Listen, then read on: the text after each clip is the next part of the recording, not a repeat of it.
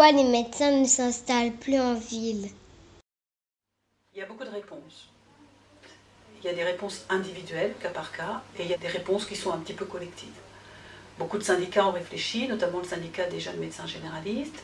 Le Conseil de l'Ordre fait des études, l'ARS fait des études, les différents collèges de médecine. Toute cette question se pose. Probablement qu'on n'a pas anticipé le départ à la retraite des médecins généralistes. Peut-être avons-nous pensé que nos médecins généralistes allaient continuer à consulter jusqu'à 73 ans, 75 ans, comme avant, et qu'ils allaient continuer à consulter 70 heures par semaine, et qu'ils allaient moins prendre de congés.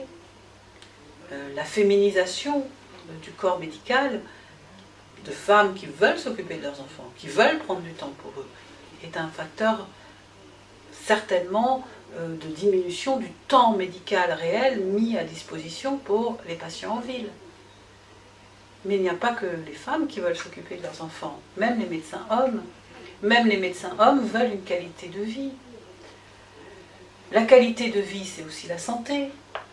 Les chiffres qui sont donnés par plusieurs syndicats, même par des médecins en milieu hospitalier, tels que peut le dire Dr Pelou, qui est connu comme urgentiste, et il a pu dire que l'espérance de vie des médecins hospitaliers est de 60 ans. Comment penser que des médecins qui passent leur temps à soigner des patients, dont l'espérance de vie est de 83 ans et augmente chaque année, comment penser que leur espérance de vie à eux est de 60 ans? C'est pas possible. Ce n'est pas possible que les médecins continuent également à être de plus en plus victimes de burn-out, d'épuisement professionnel, de se demander pourquoi ils sont là, à quoi sert le métier qu'ils font, est-ce que réellement ils s'en sortent, à recevoir des contraintes et des injonctions parfois paradoxales de différents milieux, d'être stigmatisés, d'être montrés du doigt, d'être très souvent décriés. Il y a vraiment un paradoxe sur le fait que le médecin est un être humain. Réellement, est-ce que le salaire d'un médecin est si élevé que ça?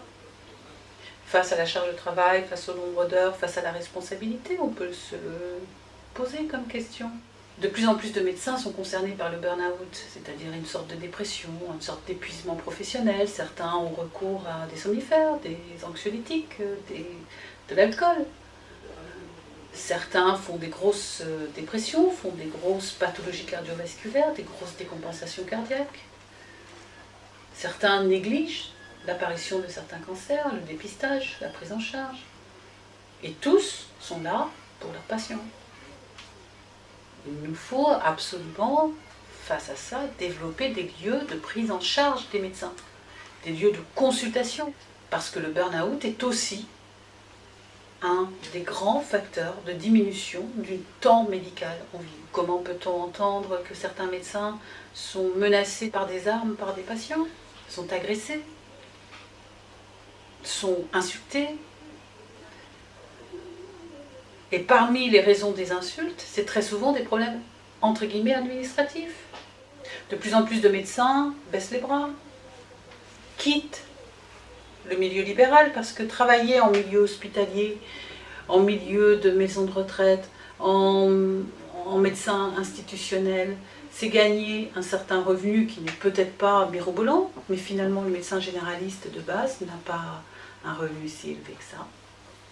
Alors on pourrait se dire, ah, il n'y a pas de médecins généralistes en ville parce que les médecins généralistes sont à l'hôpital, ou parce que les médecins généralistes sont en médecine du travail, ou qui sont dans les structures institutionnelles comme les EHPAD, ou les maisons de retraite, ou les foyers pour adolescents. Eh bien non, ils n'y sont pas non plus. Il n'y a pas de médecins non plus dans ces structures.